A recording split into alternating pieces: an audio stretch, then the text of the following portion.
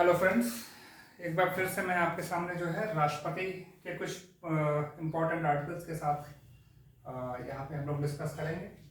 Article 62, 71, article 72, article 74।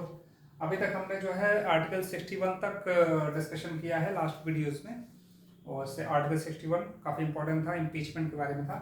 अभी देखिए, अभी आर्टिकल्स बीच बीच में जो राष्ट्रपति से रिलेटेड हैं वही आर्टिकल रहेंगे, तो ये सीरियल में नहीं रहेंगे। 62, 71, 72, 74 आगे और भी रैंडमली आएंगे, तो हम जो इनसे रिलेटेड है राष्ट्रपति के बारे में वही हम यहाँ पे डिस्कशन करेंगे। तो आर्टिकल 62 के बारे में ये देखते हैं।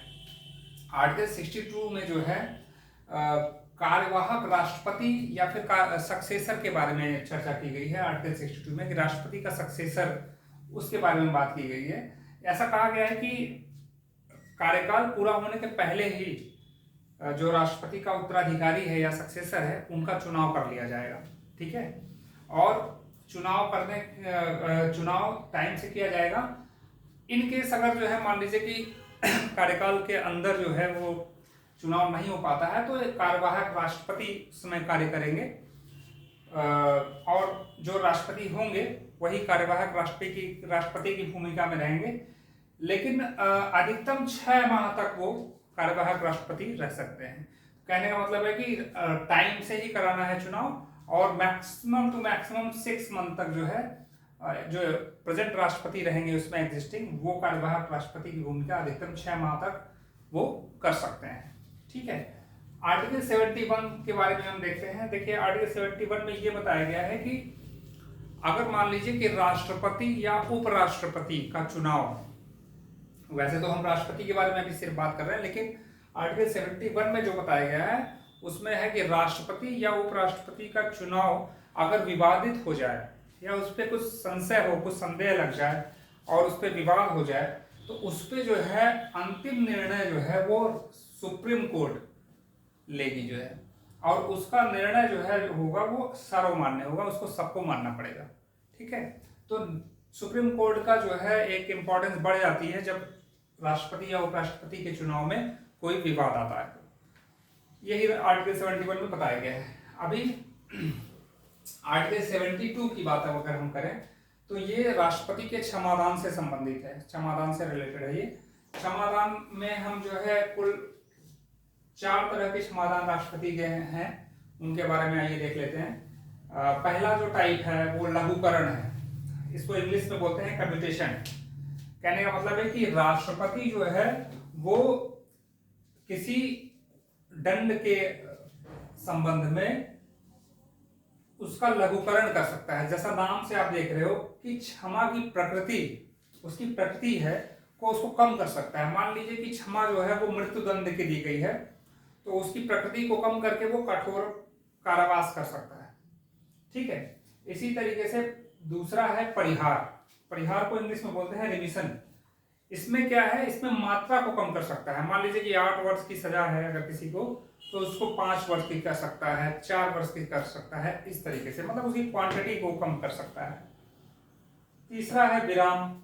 किन्हीं मानवीय आधार पर जो ह्यूमन एलिमेंट्स हैं, ह्यूमैनिटी के बेसिस पे, मान लीजिए कि किसी की वृद्धावस्था को देखते हुए, किसी की प्रेगनेंसी को देखते हुए, ये इस तरह से राष्ट्रपति इस टाइप का क्षमादान भी दे सकता है।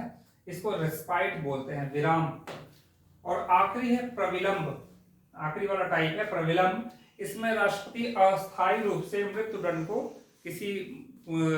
की सजा अगर किसी को मिली है तो उसको अस्थायी रूप से टाल सकता है।